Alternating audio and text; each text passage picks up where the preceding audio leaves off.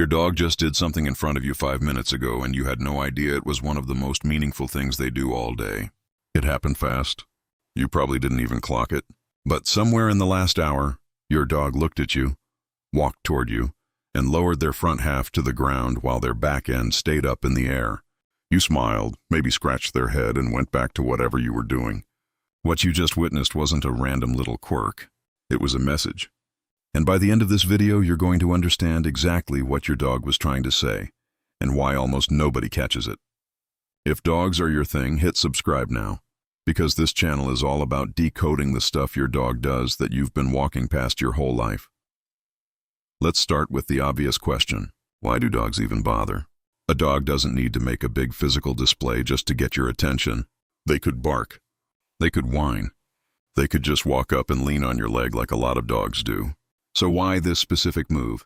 The stretch, the bow, the dropped chest and raised hips? And why does it always seem to show up right when you walk in the door? Right when you wake up, or right in the middle of an ordinary afternoon? That timing is not an accident, and once you see the pattern, you can't unsee it. This is the story of what your dog's body is actually telling you, and it goes a lot deeper than just stretching. Here's the problem most dog owners run into. We're taught to read our dogs in really basic terms. Tail wagging means happy, growling means angry, panting means hot or excited.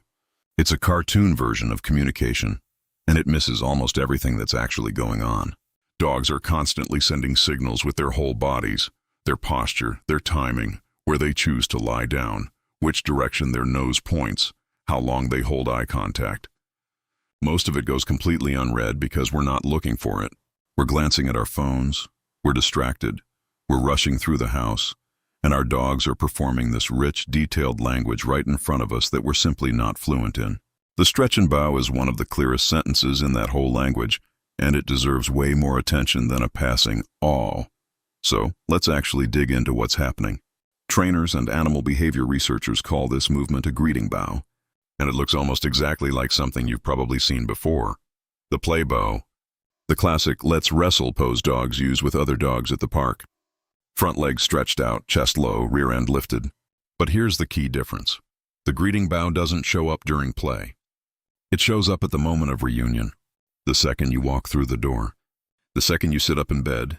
The second you look over at your dog after being absorbed in something else for 20 minutes. Same posture, completely different meaning, because context changes everything in animal communication, a lesson that applies to more than just dogs. Honestly, now think about the actual mechanics of that moment for a second. Your dog sees you, and within a second or two, their brain triggers a full-body physical response. That's not a small thing. That's a fast, decisive, whole-body reaction to your presence specifically. Not to the mail carrier, not to a noise outside, to you. Scientists who study how dogs communicate point out that this kind of directed, intentional signaling is some of the most sophisticated social behavior in a dog's entire repertoire. Your dog isn't just reacting to stimulus like a light switch flipping on. Their brain is processing who you are, deciding that your arrival matters enough to respond to physically, and then doing it, all in the time it takes you to close the front door behind you. And here's where it gets interesting. Because this is where a lot of people's assumptions get flipped upside down. You'd think this kind of bond-driven behavior goes back tens of thousands of years to when wolves first started hanging around human campfires. But that's not really the case. Researchers who've spent time observing feral dogs living without regular human contact, have found that this specific kind of greeting display is rare or absent in that population. Wolves don't really do it either, at least not aimed at humans in this way. Which means this isn't some ancient survival instinct passed down from the wild. It's something newer, something that developed specifically because dogs started living alongside us, adapting their communication in ways their wild relatives never needed to. That's honestly one of the wildest parts of dog evolution if you stop and think about it. Dogs didn't just get used to living near people. They built an entire secondary communication system almost from scratch, tailored specifically to talk to us. A study published in the journal Learning and Behavior looked into this and found that domestic dogs have developed behaviors that show up almost exclusively in interactions with humans, not with other dogs. Not in hunting-related instincts, but specifically aimed at people. Somewhere in that long shared history, dogs figured out which signals got a reaction out of us, which ones made us pay attention, which ones made us feel connected, and they kept using those signals because they worked. The greeting bow is basically the result of thousands of years of dogs learning what makes humans light up. Okay? So now let's get into something most people have genuinely never heard of. And it's the part of this whole thing that tends to make people go back and re-watch their dog with completely different eyes. Your dog's paws aren't just paws. Tucked between those pads are small glands called interdigital glands, and they release scent, pheromones specifically, every single time your dog presses their paws down into a surface. You can't smell it. I can't smell it. It's completely invisible to us. But to another dog, it's basically a signature. So picture this. Your dog walks over, drops into that stretch right in front of the couch where you always sit, or right at the foot of your bed, and presses their paws firmly into that spot. They're not just stretching their legs. They're leaving something behind. Researchers at places like the University of Lincoln's Animal Behavior and Welfare Group have studied how dogs use scent marking not purely for territory, the way people often assume, but for something much warmer: social bonding. It's a way of building what's basically a scent map of the people and places that matter most to them. Your dog is quietly signing their name onto the parts of your shared life that mean the most. Which brings us to something a lot of multi-person households will recognize instantly. And honestly, it can sting a little to hear. Have you ever noticed your dog completely ignore a guest who just walked in, glance at them for half a second, and then walk straight past them to come find you and do this exact stretch at your feet? That's not random, and it's almost never about who fills the food bowl. Dogs build what researchers call attachment hierarchies, essentially a ranked sense of who matters most in their world. A study in applied animal behavior science found that dogs clearly treat their primary attachment figure differently from everyone else around them. And they show that difference through very specific behaviors. How much eye contact they give, how close they choose to stay, the sounds they make, and yes, deliberate physical displays like this one. When your dog turns their body toward you specifically during that stretch, making sure you're the one watching, that's what behavior experts call a directed social signal. It's not background noise. It's not something that just happens to land near you. You are the intended audience, full stop. And look, if you're sitting here realizing your dog does this for your partner or your roommate and not really for you, take a breath before you spiral into thinking your dog doesn't love you. That's not how this works. Dogs don't hand out their biggest signals of trust based on who's the nicest person in the room or who they've known the longest. What actually earns this kind of response is something quieter.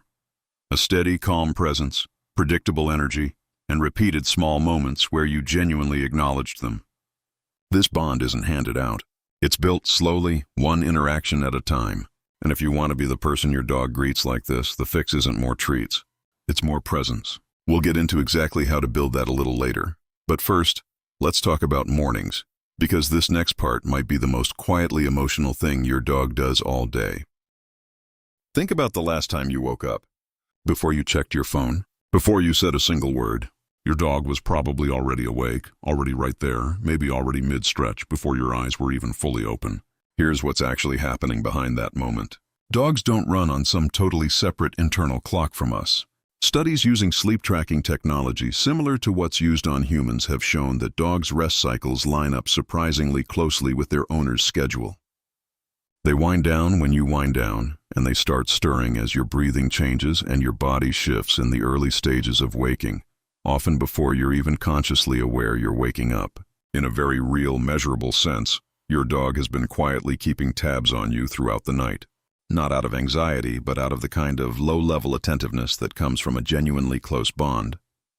Dog cognition researcher Alexandra Horowitz, whose work at Barnard College has shaped a lot of modern understanding around canine minds, has written extensively about how dogs use physical movement to bridge different states. The shift from sleep to wakefulness, from being apart to being reunited. That morning stretch is exactly that kind of bridge. It's your dog transitioning out of rest mode and stepping into, okay, we're both awake now, let's engage mode, using their whole body to mark the moment. And if you share your bed or bedroom with another person, pay attention to who gets that first stretch of the day.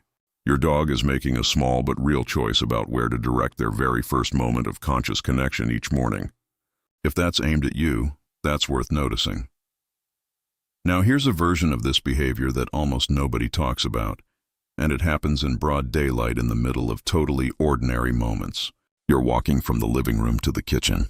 You're heading to grab your keys, and somehow your dog is lying stretched out directly in your path, like they knew exactly where you were headed before you did.